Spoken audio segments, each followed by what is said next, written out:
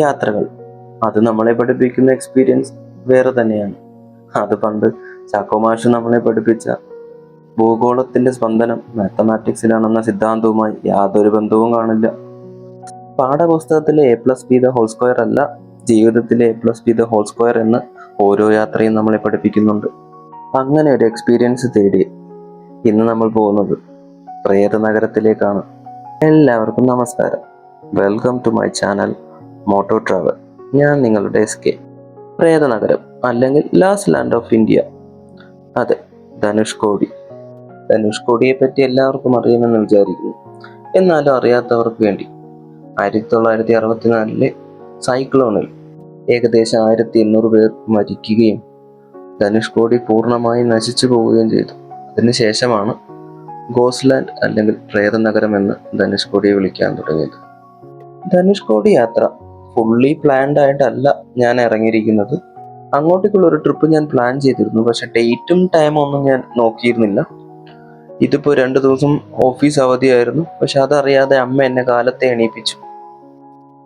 പിന്നെ മനസ്സിലൊരു തോന്നല, ട്രിപ്പ് പോയാലോ എന്ന്. അങ്ങനെയാണ് ഞാൻ ധനുഷ്കോടി പിക്ക് ചെയ്യുന്നത്. പിന്നെ ഒന്നും നോക്കിയില്ല, കൈ കിട്ടിയത് വാരി പെട്ടിയിലിട്ടു. ഏകദേശം 450ഓളം കിലോമീറ്റർ ഉണ്ട് പാലക്കാടിൽ നിന്നും ധനുഷ്കോടിയിലേക്ക്. 8 മണിക്കൂറോളം ഡ്രൈവ്. ധനുഷ്കോടിയിൽ ചെന്ന് സൺസെറ്റ് കാണാം എന്നുള്ളതായിരുന്നു ആഗ്രഹം. എന്നും വിചാരിച്ചാണ് ബൈക്ക് സ്റ്റാർട്ട് ചെയ്തത്. പക്ഷെ ചെറിയ പണി കിട്ടിയിട്ടുണ്ട്. അത് ഞാൻ എന്താണെന്ന് അവിടെ ചെല്ലുമ്പോൾ പറഞ്ഞുതരാം.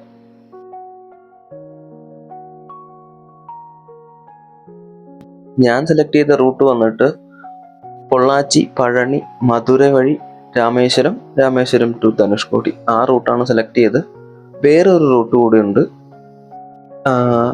പഴനിന്ന് നേരെ ദിണ്ടുക്കൽ നിന്ന് ലെഫ്റ്റ് എടുക്കുകയാണെങ്കിൽ കാരക്കുടി വഴി നമുക്ക് രാമേശ്വരം എത്തിച്ചേരാം. ആ റൂട്ട് കുറച്ചുകൂടെ പ്രകൃതി രമണീയമാണെന്ന് വേണമെങ്കിൽ പറയാം. പക്ഷെ ഞാനത് സെലക്ട് ചെയ്തില്ല. എന്താന്ന് വെച്ച് കഴിഞ്ഞാൽ പഴനി മധുരൈ ഹൈവേ വന്നിട്ട് പണി തീർന്നിട്ടുണ്ട്. സത്യം പറയാലോ, നല്ല അടിപൊളി ഹൈവേ ആയിരുന്നു. നമുക്ക് ബൈക്ക് ക്രൂസ് ചെയ്ത് പോവാൻ നല്ല എളുപ്പമായിരുന്നു. ഞാൻ പോകുന്ന സമയത്ത് അത്ര തിരക്കുണ്ടായിരുന്നില്ല. അതുകൊണ്ട് തന്നെ എനിക്ക് നല്ല സുഖമായിരുന്നു ക്രൂസ് ചെയ്ത് പോകാൻ വേണ്ടിയിട്ട്. അല്ലെങ്കിലും റോഡ്സ്, പ്രത്യേകിച്ച് ഹൈവേസ് ആണെന്നുണ്ടെങ്കിൽ അത് നമ്മൾ ബൈക്കേഴ്സിന്, റൈഡേഴ്സിന് അതൊരു സ്വർഗമാണല്ലോ അല്ലേ. ഞാൻ വീട്ടിൽ നിന്ന് ഇറങ്ങിയപ്പോൾ ഏകദേശം ഒരു 11 മണിയായി കാണും. പക്ഷെ ഞാനൊരു 12:30 ആ സമയമാകുമ്പോഴത്തേക്കും പഴനി എത്തിയിരുന്നു. നമ്മൾ പഴനി ടൗണിൽ കയറേണ്ടതില്ല, നേരെ ഹൈവേ വഴി പോയാൽ മതി. അതുകൊണ്ട് പഴനിയുടെ ആ തിരക്കൊന്നും നമ്മളെ ബാധിക്കില്ല.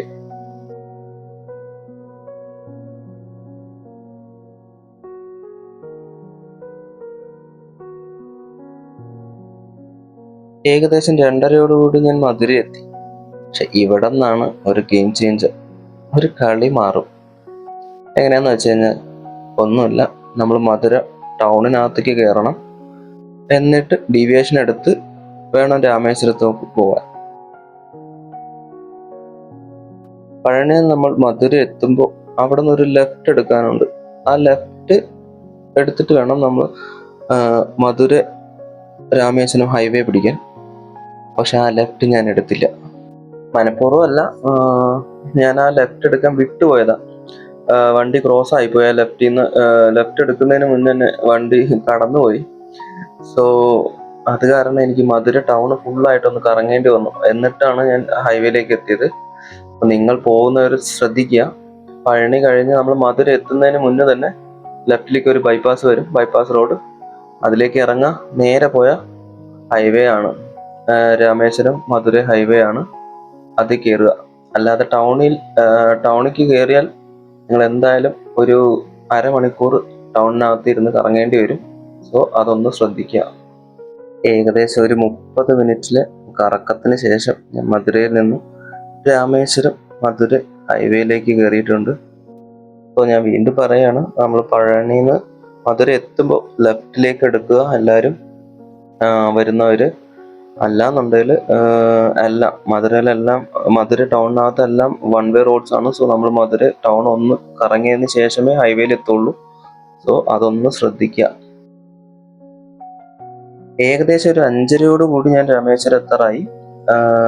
നമ്മുടെ റൈറ്റും ലെഫ്റ്റും കടലാണ്. കടലിന്റെ നടുക്കിലൂടെ പോകുന്ന ഒരു റോഡിലൂടെയാണ് ഞാൻ ഇപ്പോൾ പോകുന്നത്. അതൊരു പ്രത്യേക ഫീല് തന്നെയാണ് കേട്ടോ. ഈവനിങ് ടൈമിൽ നമ്മൾ കടലിലെ ആ കാറ്റും ആ തണുപ്പും കൊണ്ട് ബൈക്കിൽ പോകുന്ന ഒരു ഫീല് വേറെ തന്നെയാണ്. വേറെയും കാറുകൾ പോകുന്നുണ്ട്. കാറിനകത്ത് ഇരുന്നാൽ ആ ഫീല് കിട്ടുമോയെന്ന് എനിക്കറിയില്ല, ഒന്ന് കമന്റ് ചെയ്യൂ. പക്ഷെ ബൈക്കിനകത്ത് പോകുമ്പോൾ അതൊരു വേറെ ഫീല് തന്നെയായിരുന്നു. പ്രത്യേകിച്ച് ഈ ഈവനിങ് ടൈമിൽ ആ കാറ്റൊക്കെ കൊണ്ട് പോവാൻ വേറൊരു ഫീല് തന്നെയായിരുന്നു. നമ്മൾ നേരെ ഇപ്പോൾ പോകുന്നത് എഞ്ചിനീയറിംഗ് വിസ്മയമായ പാമ്പൻ പാലത്തിലേക്കാണ്. യഥാർത്ഥത്തിൽ അതൊരു എഞ്ചിനീയറിംഗ് വിസ്മയം തന്നെയാണല്ലേ. ഇങ്ങനത്തെ ഓരോ കണ്ടുപിടുത്തങ്ങൾ ഇന്ത്യയിൽ ഉണ്ടാവുക എന്ന് പറയുന്നത് തന്നെ നമുക്കൊരു അഭിമാനകരമാണ്. ഇപ്പൊ തന്നെ നമുക്കത് കാണാൻ പറ്റും. റൈറ്റിലും ലെഫ്റ്റിലും കടലാണ്. നല്ല വ്യൂ ആണത്. അതൊക്കെ പാമ്പൻ പാലത്തിലേക്ക് കയറി നമ്മൾ. ഇതാണ് പാമ്പൻ പാലത്തിന്റെ എൻട്രൻസ്. സോ കയറി. ഇവിടെ ഒരു പ്രശ്നമുണ്ട് കേട്ടോ. നമ്മൾ കാറിനകത്തൊക്കെ വരുന്ന സമയത്ത് നമുക്ക് പാമ്പൻ പാലത്തിനകത്ത് നിർത്തിയിട്ട് നമ്മൾ ഈ ഓവർ ബ്രിഡ്ജിനകത്ത് നിർത്തിയിട്ട് നമുക്ക് പാമ്പൻ പാലം കാണാൻ പറ്റില്ല. കാരണം ഇവിടെ പാർക്കിംഗ് ഇല്ല, പാർക്കിംഗ് അലൗഡ് അല്ല. അവിടെ പോലീസ് ഉണ്ടാവും. കാറൊക്കെ നമ്മൾ പാർക്ക് ചെയ്യണമെന്നുണ്ടെങ്കിൽ ഫൈൻ ചെയ്യുന്നുണ്ട് കേട്ടോ. പക്ഷെ ഞാൻ കണ്ടിടത്തോളം ഇവിടെ കാറ് നിർത്തിയിട്ടുണ്ടായിരുന്നു. പക്ഷെ ലീഗലി അവിടെ ഞാൻ എഴുതി വെച്ചത് കണ്ടതാണ്. ലീഗലി അവിടെ പാർക്ക് ചെയ്യാൻ പാടില്ല, നിർത്താതെ പോകണം എന്നാണ്. നിർത്തി കഴിഞ്ഞാൽ, ഞാൻ ഇവിടെ അല്ല പറയുന്നത്, പാലത്തിന്റെ മുകളിൽ ഓക്കെ നിർത്തി കഴിഞ്ഞാൽ 1000 രൂപ ഫൈനാണെന്ന് അവിടെ എഴുതി വെച്ചിട്ടുണ്ട്. സോ കാറിൽ വരുന്നവർ ശ്രദ്ധിക്കുക. ബൈക്കിനകത്തും ഫൈനാണ്. പക്ഷെ ബൈക്ക് ഏകദേശം ഞാൻ സൈഡോട് ചേർത്ത് നിർത്തിയിട്ടാണ് ഫുട്ടേജ് എടുത്തത്. സോ പോലീസ് ഒന്നും പറഞ്ഞില്ല. പക്ഷെ കാറുകാരെയൊക്കെ ഓടിച്ചു വിടുന്നുണ്ടായിരുന്നു. അപ്പോൾ കാർ നിർത്തിയാൽ എന്താണ് അവസ്ഥ എന്ന് വെച്ച് കഴിഞ്ഞാൽ ബ്ലോക്കാണ്. സോ കാറിൽ വരുന്നവർ ഒന്നില്ലെങ്കിൽ പാലം തുടങ്ങുന്നതിന് മുന്നേ നിർത്തിയിട്ട് നടന്നു വരിക. അല്ലാന്നുണ്ടെങ്കിൽ നിങ്ങൾക്ക് ഫൈൻ കിട്ടാനുള്ള ചാൻസ് ഉണ്ട്. ബൈക്കാണെങ്കിൽ കുഴപ്പമില്ല, നമുക്ക് സൈഡിൽ നിർത്താം. ഇത് കണ്ടോ, ഓരോരുത്തർ പാർക്ക് ചെയ്തവർ ഇറക്കാൻ നിൽക്കണം. പക്ഷെ ബ്ലോക്ക് ആവുന്നുണ്ട്. പക്ഷെ ഞാൻ പാർക്ക് ചെയ്തത് പാലത്ത് തന്നെയാണ് കേട്ടോ, ബ്രിഡ്ജിൽ തന്നെയാണ്. ബ്രിഡ്ജിന് സൈഡോട് ചേർത്തിട്ടാണ് പാർക്ക് ചെയ്തത്. വേറെ വഴിയില്ല. കാരണം താഴെ പോയിട്ട് തിരിച്ചു വരാന്ന് വെച്ച് കഴിഞ്ഞാൽ വണ്ടിക്കകത്ത് സാധനങ്ങളുണ്ട്. ഞാൻ സോളോ ആണ്. സോ റിസ്ക് കൂടുതലാണ്. അതുകൊണ്ടാണ് കേട്ടോ. പക്ഷെ ഞാൻ പാർക്ക് ചെയ്തതുകൊണ്ട് ബ്ലോക്ക് ഒന്നും വന്നിട്ടുണ്ടായില്ല.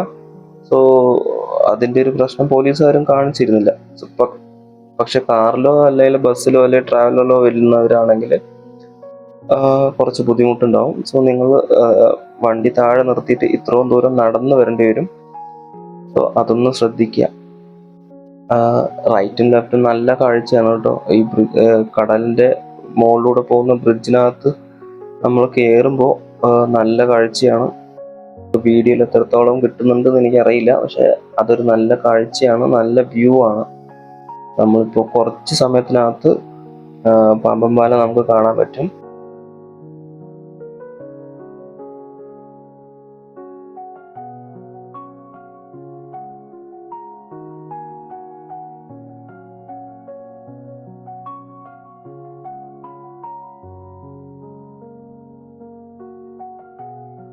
ആ ദൂരെ കാണുന്ന ആ വൈറ്റ് പില്ലറില് അതാണ് പാമ്പൻ പാലം കേട്ടോ.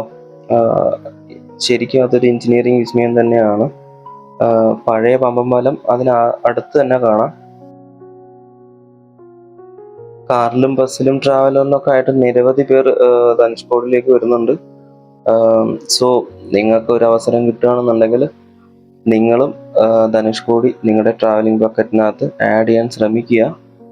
നല്ലൊരു വ്യൂ ആയിരിക്കും, നല്ലൊരു എക്സ്പീരിയൻസും ആയിരിക്കും.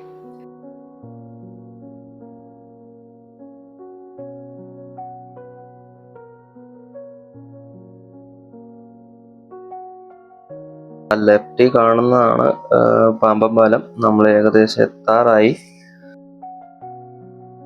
ഞാൻ ജസ്റ്റ് ഇവിടെ ഒന്ന് പാർക്ക് ചെയ്യാൻ ശ്രമിച്ചായിരുന്നു കേട്ടോ. അപ്പോഴത്തേക്കും ബാക്കിൽ പോലീസ് ഉണ്ടായിരുന്നു. പോലീസ് അല്ല, അവിടെ പോലീസ് എയ്ഡ് പോസ്റ്റ് ഉണ്ടായിരുന്നു. സോ അതിനകത്താണ് ഞാൻ ഈ കണ്ടത്. ഇവിടെ പാർക്ക് ചെയ്യുന്നത് 1000 രൂപ ഫൈൻ ആണെന്നുള്ളത് അവിടെ എഴുതി വെച്ചിട്ടുണ്ട് കേട്ടോ.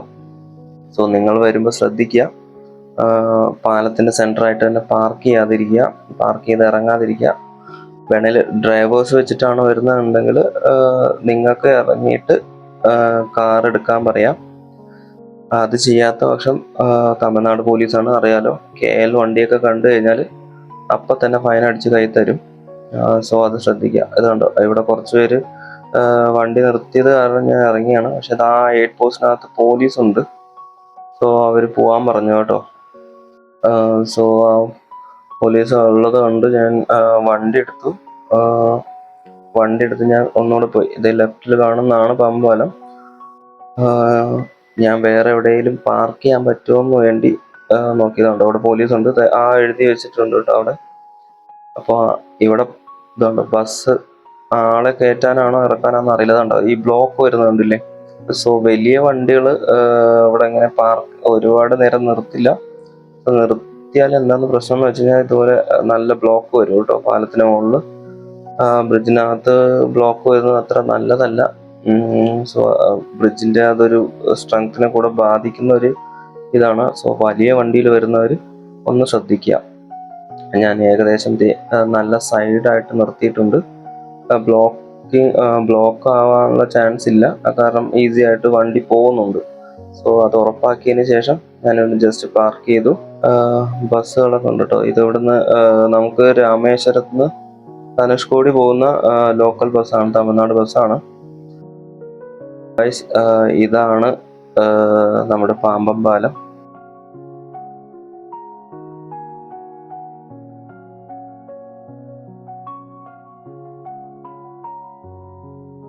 ശരിക്കും ഇപ്പോൾ ഇവിടെ നിൽക്കുമ്പോൾ ഒരു ഫീൽ ഉണ്ടല്ലോ, അത് വല്ലാത്തൊരു ഫീലാണ്. എല്ലാവരും ഒന്ന് എക്സ്പീരിയൻസ് ചെയ്യേണ്ട ഒരു വ്യൂ ആണ് കേട്ടോ അത്. എനിക്ക് നല്ലൊരു സൺസെറ്റും കിട്ടിയായിരുന്നു. നല്ലൊരു സൺസെറ്റ് വിത്ത് പാമ്പം പാലമാണ് ഇപ്പോൾ കാണുന്നത്. നല്ല രസമുണ്ടായിരുന്നു, നല്ല വ്യൂ ആണ്. എല്ലാവരും മസ്റ്റായിട്ട് ഒന്ന് വന്ന് വാച്ച് ചെയ്യേണ്ട, അല്ലെങ്കിൽ നിങ്ങളുടെ ട്രാവലിംഗ് ബക്കറ്റിനകത്ത് ഉൾപ്പെടുത്തേണ്ട പ്ലേസ് തന്നെയാണ് ധനുഷ്കോടി. ഈ ഒരു സൺസെറ്റും പാമ്പം പാലും എങ്ങനെയുണ്ടെന്ന് ഒന്ന് കമന്റ് ചെയ്തേക്കണേ. ഞാൻ ആ പാലം ലിഫ്റ്റ് ആവുമെന്ന് കുറച്ചു നേരം അവിടെ വെയിറ്റ് ചെയ്ത് നിന്ന് നോക്കി കേട്ടോ. പക്ഷെ ലിഫ്റ്റ് ആയില്ല. പക്ഷെ എനിക്ക് അതിനകത്തൂടെ ഒരു ട്രെയിൻ പോകുന്നത് എനിക്ക് കാണാൻ പറ്റി. എന്ത് ഭംഗിയാണല്ലേ. അറിയാതെ എൻ്റെ പേരെല്ലാം അവിടെ വരുന്നുണ്ട്, അതിന് സോറി, ഞാൻ അറിഞ്ഞില്ല കേട്ടോ അത്. സോ എന്നാലും നല്ലൊരു വ്യൂ ആണ്. എഞ്ചിനീയറിംഗ് വിസ്മയമായ പാമ്പം പാലത്തിലൂടെ ഒരു ട്രെയിൻ പോകുന്നതും ആ സൺസെറ്റും, ഇതൊരു വല്ലാത്ത ഫീല് തന്നെയായിരുന്നു. മീൻസ് അങ്ങനെ ഒരു നല്ലൊരു വ്യൂ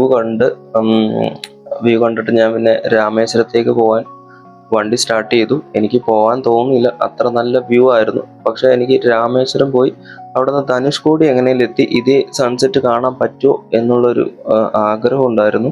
സോ അത് കാരണം ഞാൻ വണ്ടി സ്റ്റാർട്ട് ചെയ്തു. ഇനി എങ്ങനെയും ധനുഷ്കോടി എത്തുക എന്നായിരുന്നു എൻ്റെ പ്ലാൻ. എന്നിട്ട് തിരിച്ചു വന്നിട്ട് നമുക്ക് രാമേശ്വരത്ത് സ്റ്റേ ചെയ്യാം. എന്താണെന്ന് വെച്ചാൽ ധനുഷ്കോടി നമുക്ക് സ്റ്റേ ഓപ്ഷൻസ് ഒന്നും കിട്ടൂല, രാമേശ്വരത്ത് മാത്രമേ നമുക്ക് സ്റ്റേ ഓപ്ഷൻ കിട്ടുള്ളൂ.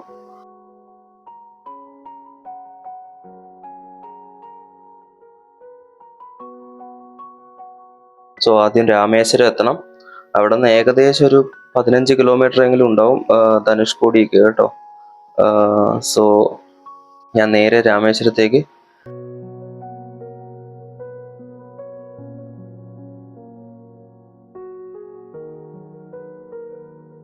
ഇവിടെ എന്തായാലും നിരവധി പേര് വന്നിട്ടുണ്ട് കേട്ടോ. നിരവധി പേർ നോക്കൂ, നല്ല തിരക്കാണ് റോഡിൽ. എല്ലാവരും ഫോട്ടോ എടുക്കുന്നതിന്റെ തിരക്കിലാണ്. സോ ലാസ്റ്റ് ആയിട്ട് എനിക്ക് ആ സൺസെറ്റ് ഒന്നുകൂടെ കാണണമെന്നുണ്ടായിരുന്നു. സോ ഞാൻ വണ്ടി ഒന്ന് ജസ്റ്റ് ഒന്ന് സൈഡ് ആക്കിയിട്ട് ആ വ്യൂ ഞാൻ നിങ്ങൾക്ക് കാണിച്ചു തരാം.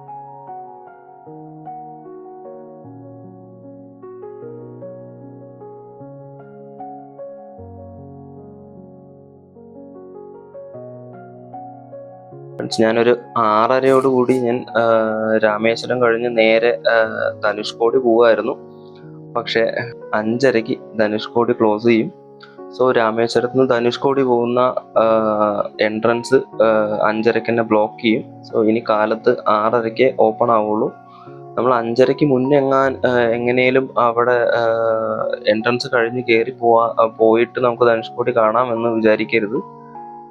ധനുഷ്കോടിയുടെ എൻട്രൻസ് കൂടെ ഉണ്ട്. ഒരു 15 കിലോമീറ്റർ ഉണ്ട് ഇവിടുന്ന് ധനുഷ്കോടി എത്താൻ. ധനുഷ്കോടിന്റെ ഒരു എൻട്രൻസ് ഉണ്ട്, അവിടെയും ക്ലോസ് ചെയ്യും. സോ അവിടുന്ന് നിലവിലുള്ള ടൂറിസ്റ്റിനെയും എല്ലാവരെയും അവിടുന്ന് 5:30 കഴിഞ്ഞാൽ ഇറങ്ങാൻ പറയും. സോ നമ്മളൊരു 5:30 മുന്നേ പോയാലും നമുക്കത് ധനുഷ്കോടി കാണാൻ പറ്റില്ല.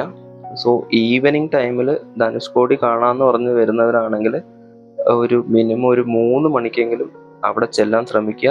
അല്ലാന്നുണ്ടെങ്കിൽ നമുക്ക് ധനുഷ്കോടി ഈവനിങ് വ്യൂ കിട്ടില്ല. സോ ഞാനിന്ന് ലേറ്റായി. സോ ഇനിയിപ്പോൾ ഒന്നുമില്ല, ഞാനൊരു റൂം ബുക്ക് ചെയ്തു. മേക്ക് മൈ ട്രിപ്പിലൂടെയാണ് ഞാൻ റൂം ബുക്ക് ചെയ്തത്. സോ ഞാൻ റൂമിലേക്ക് പോവുകയാണ് കേട്ടോ.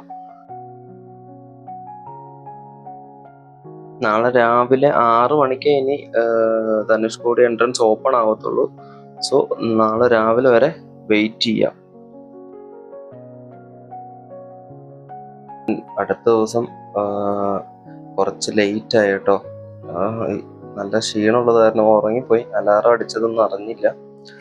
സോ ഒരു 7:30 ആയി ഇവിടെ നിന്ന് ഇറങ്ങാൻ. സോ ഇതിപ്പോൾ കാണുന്നത് രാമനാഥ സ്വാമി ടെമ്പിൾ ആണ്. ഞാൻ ഈവനിങ് പോയായിരുന്നു, പക്ഷെ അതിനകത്ത് ക്യാമറ ഒന്നും അലൗഡ് അല്ല. സോ അതൊന്നും എടുക്കാൻ പറ്റിയില്ല കേട്ടോ. സോ നമ്മൾ ധനുഷ്കോടിയിലേക്ക് പോവാണ്. അടുത്ത ദിവസം മോർണിംഗ് ഒരു 7:30 കഴിഞ്ഞിട്ടാണ് ഞാൻ ഇറങ്ങിയത്. കുറച്ച് ലേറ്റ് ആയിപ്പോയി, നല്ല ഉറക്കത്തിൽ പെട്ടുപോയി, അതാണ് സത്യം.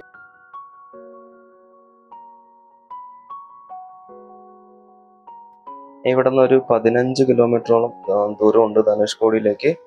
സോ ഇനി നേരെ ധനുഷ്കോടിയിലേക്ക്.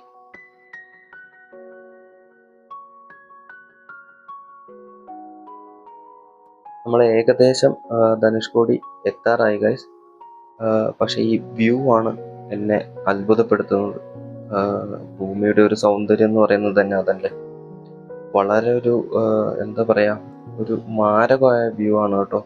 അതും ബൈക്കിലൂടെ പോകുമ്പോഴുള്ള ഈ വ്യൂ വളരെ എന്താ പറയാ, പറഞ്ഞറിയിക്കാൻ പറ്റാത്തൊരു വ്യൂ ആണിത്. എല്ലാവരും മസ്റ്റായിട്ട് വന്നൊന്ന് വാച്ച് ചെയ്യുക, എക്സ്പീരിയൻസ് ചെയ്യുക കേട്ടോ.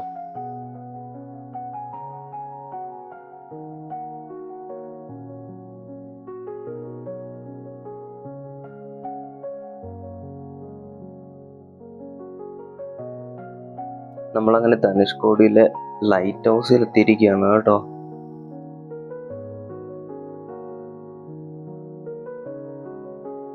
ഗൈസ് നമ്മളങ്ങനെ ധനുഷ്കോടി എത്തി. വണ്ടി ഒന്ന് പാർക്കിംഗ് ഒന്ന് നോക്കുകയാണ് കേട്ടോ. നല്ല തിരക്കുണ്ട്. ഇതിനകത്തേക്ക് ധനുഷ്കോടിന്റെ എൻഡിലേക്ക് നമുക്ക് വണ്ടി കൊണ്ടുപോവാം. പക്ഷെ അവിടെ ഫൈൻ അടിക്കുന്നുണ്ട് കേട്ടോ. കേരള വണ്ടി കണ്ടു കഴിഞ്ഞാൽ അപ്പോൾ ഫൈനാണ്. സോ ഒരു എൻട്രൻസ് ഉണ്ട്, അതിനപ്പുറത്തേക്ക് കടത്തില്ല. സോ ഫൈൻ അടിക്കുന്നുണ്ട്, അത് ശ്രദ്ധിക്കുക കേട്ടോ. ഞാൻ ഒന്ന് വണ്ടി പാർക്ക് ചെയ്തതിന് ശേഷം ബാക്കി കാഴ്ചകൾ നിങ്ങൾക്ക് കാണിച്ചു തരാം. ധനുഷ്കോടിയിലെ ആദ്യത്തെ കാഴ്ചയാണത്. ഒരു സ്റ്റാച്ചു ആണ്, നാഷണൽ എംബ്ലം സ്റ്റാച്ചു. ധനുഷ്കോടിയിലെ ഏറ്റവും എൻഡിലെ സ്റ്റാച്ചു ആണത് കേട്ടോ. ഇതിന് പിറകിലായിട്ട് നല്ലൊരു സൺറൈസ് വ്യൂ ഉണ്ട്. അത് ഞാൻ കാണിച്ചു തരാം. എന്ത് ഭംഗിയാണെന്നറിയോ? നിങ്ങൾ തന്നെ കണ്ടിട്ട് പറയൂ ഗൈസ്.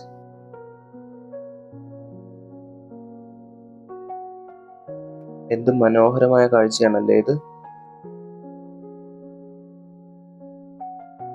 നല്ല ഫീലാണ് കേട്ടോ. നല്ല തണുത്ത കാറ്റ് വീശുന്നുണ്ട്. അങ്ങ് ദൂരെ രാമസേതു കാണാം. സോ എല്ലാവരും മസ്റ്റായിട്ട് വന്ന് വാച്ച് ചെയ്യേണ്ട ഒരു പ്ലേസ് ആണ്. വരാത്തവർ എന്തായാലും വരാൻ ശ്രമിക്കുക, ഒന്ന് എക്സ്പീരിയൻസ് ചെയ്യുക കേട്ടോ.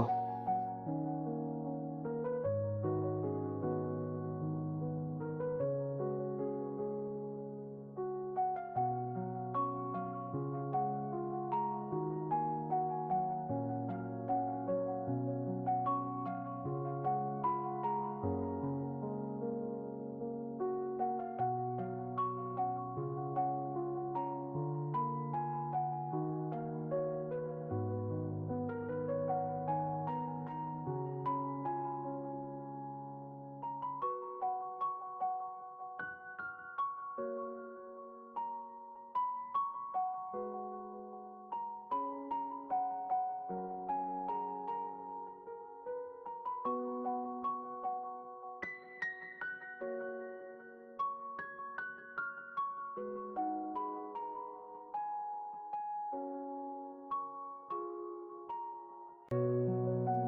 ഗായ്സ്, നിങ്ങൾക്ക് ഈ വീഡിയോ ഇഷ്ടപ്പെട്ടെന്ന് വിചാരിക്കുന്നു. നിങ്ങളുടെ വിലയേറിയ അഭിപ്രായങ്ങൾ കമൻറ്റായി രേഖപ്പെടുത്തുക. ലൈക്ക്, ഷെയർ, സബ്സ്ക്രൈബ് ചെയ്യാൻ ശ്രമിക്കുക. ഒന്ന് സപ്പോർട്ട് ചെയ്തേക്കണേ. അപ്പോൾ വീണ്ടും അടുത്തൊരു വീഡിയോ ആയിട്ട് കാണാം.